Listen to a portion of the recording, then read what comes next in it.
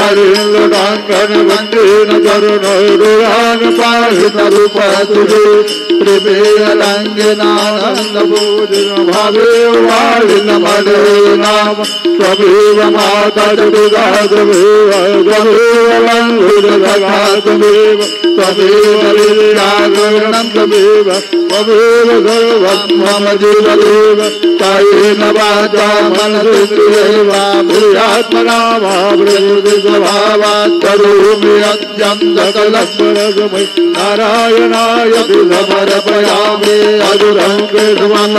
नारायणं कृष्णदामोदरं वासुदेवं श्रीधरं माधवं गोपिकावल्लभं जानकीनायकं रामचन्द्रपते हरे राम राम राम हरे हरे हरे राधे राधे हरे हरे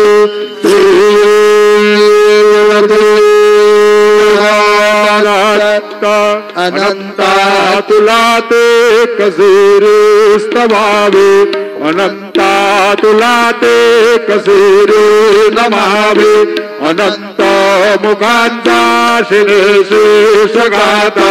नमस्कार साष्टांग श्री साईनाथा।